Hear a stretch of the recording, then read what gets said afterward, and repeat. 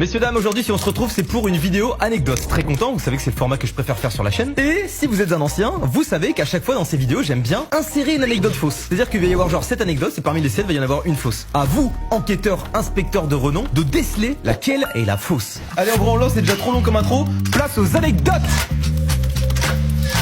Comme vous le savez pour ceux qui ont vu le vlog de mardi, j'ai pété ma voiture. Du coup jeudi dernier je l'emmène en réparation et pour rentrer chez moi je prends une navette gratuite. Il y a ça en ce moment sur Angers, je connais pas, je me dis ah bah tiens ça va chez moi, vas-y let's go. Donc je rentre dedans tranquillement, je m'installe, on roule 5 minutes et en gros cette navette elle fait des arrêts. À un arrêt il y a une meuf qui rentre, qui vient me voir et qui me dit tu me reconnais? Une meuf brune que je n'ai jamais vue. Enfin en tout cas elle me dit rien. Et ça se passe comme ça genre ah mais tu me reconnais pas? Denis Brognard? Mais non on est sortis ensemble en primaire.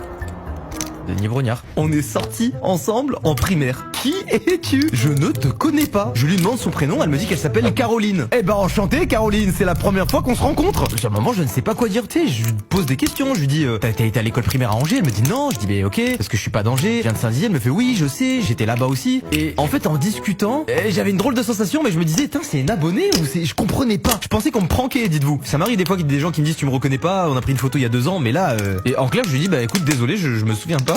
Donc bah tout. Et la meuf insiste pas, elle va s'asseoir et c'est tout. Le trajet se passe, on se rapproche de plus en plus de chez moi et je me rends compte que la personne en question est toujours dans la navette. Donc je me dis c'est bizarre et je commence à stresser. Je me dis si ça se trouve c'est une personne trop bizarre et tout qui est en train de me suivre. Du coup ce que je fais c'est que je descends plus tôt. En fait je descends un arrêt avant chez moi. Et là comme par magie qui descend en même temps que moi? Caroline. Donc là j'arrive à un stade où à tout moment je me retourne et je lui dis c'est quoi ton problème?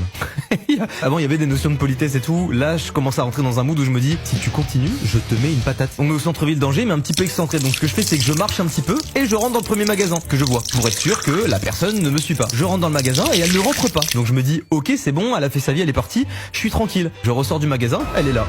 Donc petite sueur froide. Et plutôt que de continuer à faire ce jeu pendant 8 ans, qu'est-ce que je fais? Réponse A, je prends mon courage à deux mains et je vais lui parler. Ou réponse B, je rentre dans le magasin. Le temps est écoulé. C'est la réponse C, je prends la fuite. Les gars j'ai marché et dès que j'ai pu j'ai tourné sur la droite. J'ai couru. Je l'ai semé et j'ai plus jamais eu de nouvelles de cette Caroline. Ça s'est passé il y a 3 jours.